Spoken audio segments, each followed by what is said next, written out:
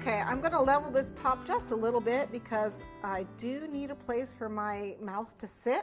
So I need a level spot here. I don't want her sitting at too much of an angle. So we did level the top just a little bit. It looks pretty good. Just cutting the board.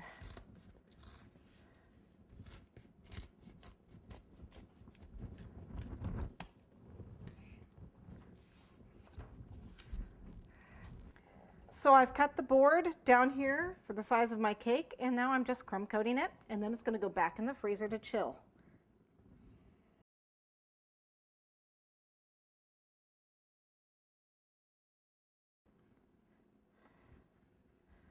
Hopefully, you'd like to chill it about an hour if you can.